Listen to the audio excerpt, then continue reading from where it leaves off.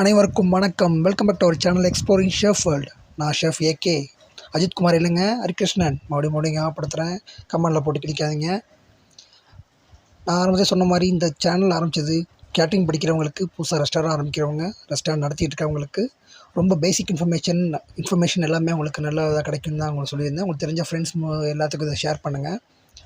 So last வீடியோவில் சொன்ன மாதிரி வந்துட்டு ஹசார்டை பற்றி இந்த வீடியோவில் எக்ஸ்பிளைன் பண்ணி சொல்லியிருந்தேன். ஸோ இன்றைக்கி நம்ம டேரெக்டாக வீடியோக்குள்ளே போயிடலாம். Types of hazard.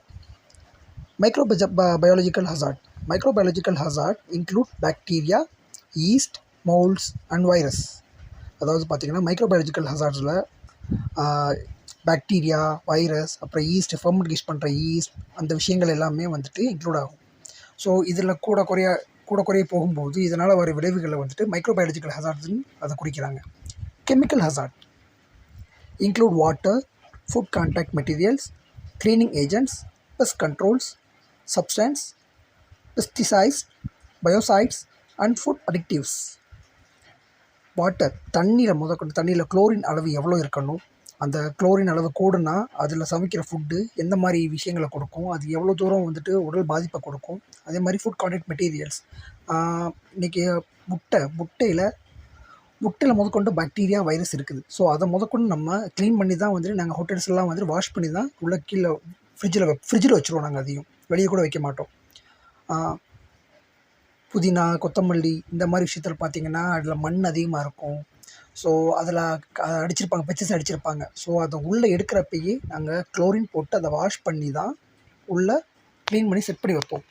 எதுக்காக பார்த்திங்கன்னா அதில் இருக்கிற விஷயங்கள் ஃபுட்டு மூலியமாகவோ இல்லை நம்ம கழுவாமல் கை தொட்டு நம்ம கொண்டு போகிறோம். அதை கழுவாமல் நம்ம அந்த கையில் ஏதாவது ஃபுட்டு சமைக்கும்போது வந்து பார்த்தோன்னா அதுவே நமக்கு ஹசார்டாக மாறி சாப்பிட்றவங்களுக்கு அது ரொம்ப பெரிய இஷ்யூவாக கொடுக்கும். ஸோ அதனால் வந்துட்டு அது ரொம்ப பார்ப்போம். அதே மாதிரி பாத்திரங்கள் கழுவுறப்போ சரியாக கழுவாமல் அதில் சோப் ஆயிலோ இந்த மாதிரி விஷயங்கள் உள்ளே இருக்கும்போது நம்ம சரியாக தண்ணியை வடிக்காமல் அதில் ஃபுட்டு போட்டால் கூட அதுவும் கெமிக்கல் ரியாக்ஷன்ஸ் கொடுக்கும். ஸோ அதனால தான் வந்துட்டு அதை கெமிக்கல் ஹசார்ட்னு கொண்டு வந்துடுறோம். Physical hazard include glass, packaging, jewels, pest droppings, screw extra.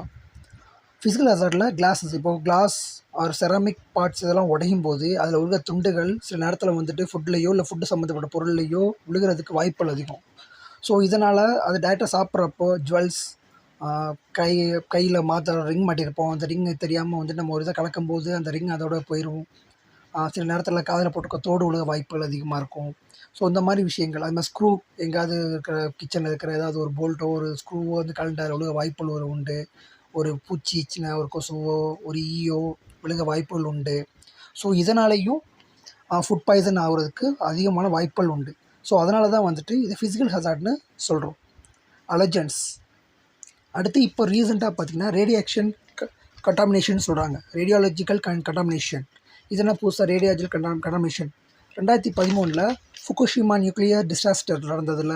So இதனால் வந்துட்டு பார்த்திங்கன்னா சுற்றி இருந்தால் பல கிலோமீட்டர் தூரத்திற்கு அணுபாதிப்பு அதிகமாக இருந்தது. அது பல மாதங்களுக்கு நீடிச்சது. ஸோ இதனால் அந்த பகுதியில் இருக்கிற ஃபுட்ஸ் எல்லாமே வந்துட்டு அவங்க மைக்ரோவேவ் அவனில் யூஸ் பண்ணுறப்போ அது உள்ளுக்குள்ளேயே அதோட ரியாக்ஷன் சுற்றி ஸோ அடுத்து வேறு எந்த பொருளை ஹீட் பண்ணுறப்பையோ வேறு எந்த பொருளை வச்சு குக் பண்ணுறப்பையோ வந்து பார்த்திங்கன்னா அதோட விஷயம் உள்ளுக்குள்ளே சுற்றி அதுவும் வந்துட்டு கண்டாமினேஷன் ஆக அதிகமாக நிறையா நடந்துட்டு இருந்தது. அதனால தான் 2013 அப்புறம் ஜப்பானில் கொடுக்குற அந்த பேக்டு ஃபுட்டை எதுவுமே வந்துட்டு நீங்கள் அவனில் போட்டு ஹீட் பண்ணாதீங்கன்ற இந்த மாதிரி ஒரு விஷயங்கள் கூட வந்தது. ஸோ இந்த விஷயங்கள் எல்லாமே ரொம்பவும் பேசிக்காக பார்க்கப்பட வேண்டிய விஷயம். ஸோ இப்போ நம்ம இது வரைக்கும் ஹசார்ட்ஸ் என்ன, அதனால் அது எந்த மாதிரி விஷயங்கள் மூலியமாக அதை தரம் பிரிக்கிறாங்க, அது இதனால் வர விளைவுகளை நம்ம பார்த்தாச்சு. இதுக்கப்புறம் வர வீடியோஸில் அதை எப்படி தடுக்கிறோம், அதை எந்த மாதிரி விஷயங்களில் தடுக்கலாம், அது எப்படியெல்லாம் வந்துட்டு நம்ம பாதுகாக்கிறதுக்கு என்னென்ன ப்ராசஸ்லாம் ஃபாலோ பண்ணிகிட்ருக்காங்க, அந்த விஷயங்களை பற்றி நம்ம பேசலாம். ஸோ இந்த வீடியோ உங்களுக்கு பிடிச்சிருக்குன்னு நம்புகிறேன். உங்கள் ஃப்ரெண்ட்ஸ், உங்களுக்கு தெரிஞ்ச கேட்டரிங் படிக்கிறவங்க இல்லை ரெஸ்டாரண்ட் வச்சுருக்கவங்க அவங்களுக்கு எல்லாமே இது வந்து ரொம்ப பயன்படும் நான் நம்புகிறேன் நான். ஸோ முடிஞ்சளவுக்கு இதை ஷேர் பண்ணுங்கள், மறக்காமல் சப்ஸ்கிரைப் பண்ணுங்கள், பெல் ஐகானை லைட்டாக தட்டி விட்டு போங்க. நன்றி.